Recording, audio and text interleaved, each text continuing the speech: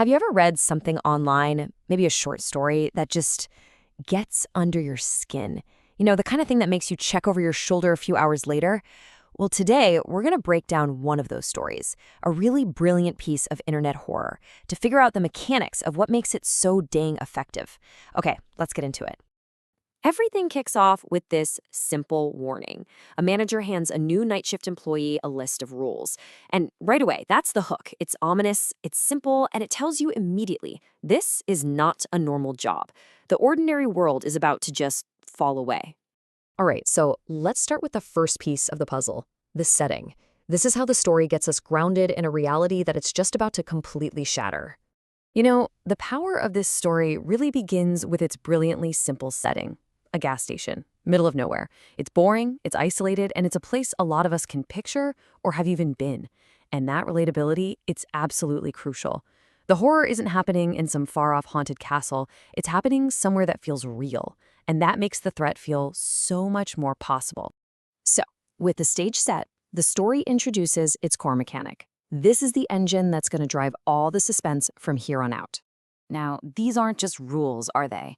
They're basically threats disguised as instructions.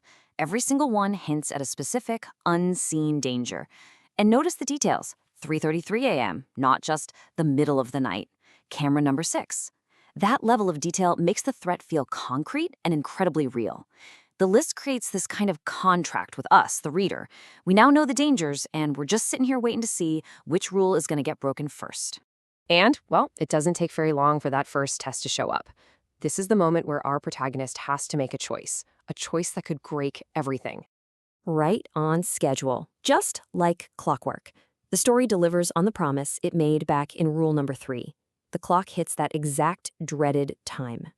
And then there it is, just a simple sound. That sound just hangs in the dead silence of the night. The third knock. And that's the confirmation. This isn't just a late-night customer. This is it. This is the event the rules were warning about.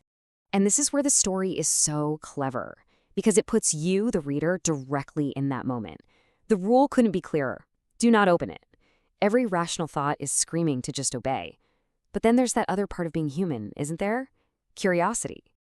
And there it is, the fatal flaw.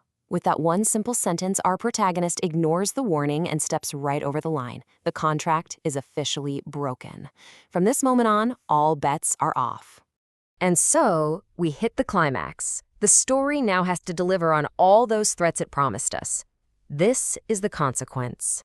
The tall man doesn't attack. He doesn't even scream. He just whispers a question, and that is so much more chilling because it confirms that our protagonist just failed a test.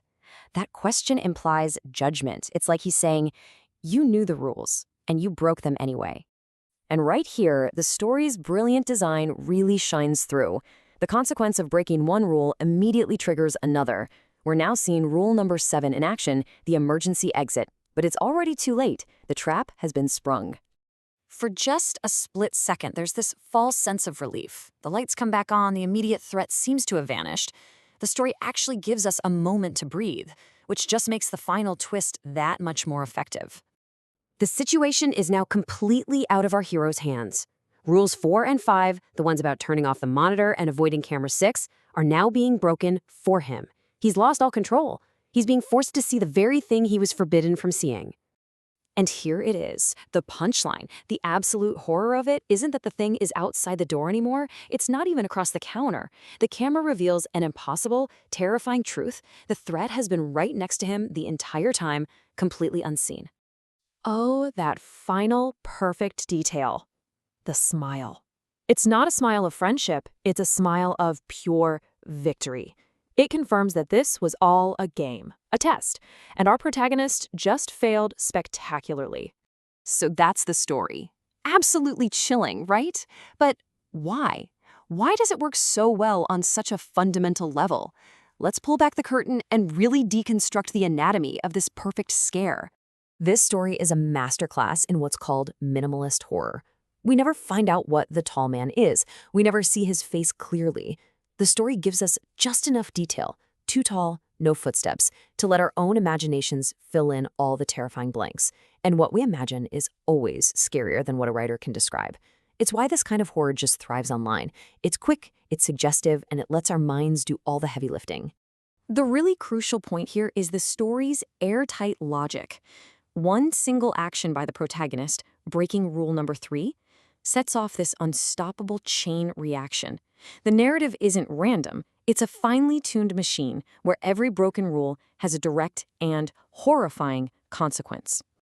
So when you put it all together, you can really see the formula. It grounds us in a totally mundane setting. Then it uses these specific, unsettling rules to build up that dread. It masterfully uses our fear of the unseen, puts us right in the protagonist's shoes, before delivering a final twist that completely recontextualizes everything and ends on a perfect note of terror. And ultimately, that's what this story leaves us with. It taps into a really primal fear, not of some monster lurking in the dark, but of the threat that is so close it's invisible, a presence you never even knew was there until it was far, far too late.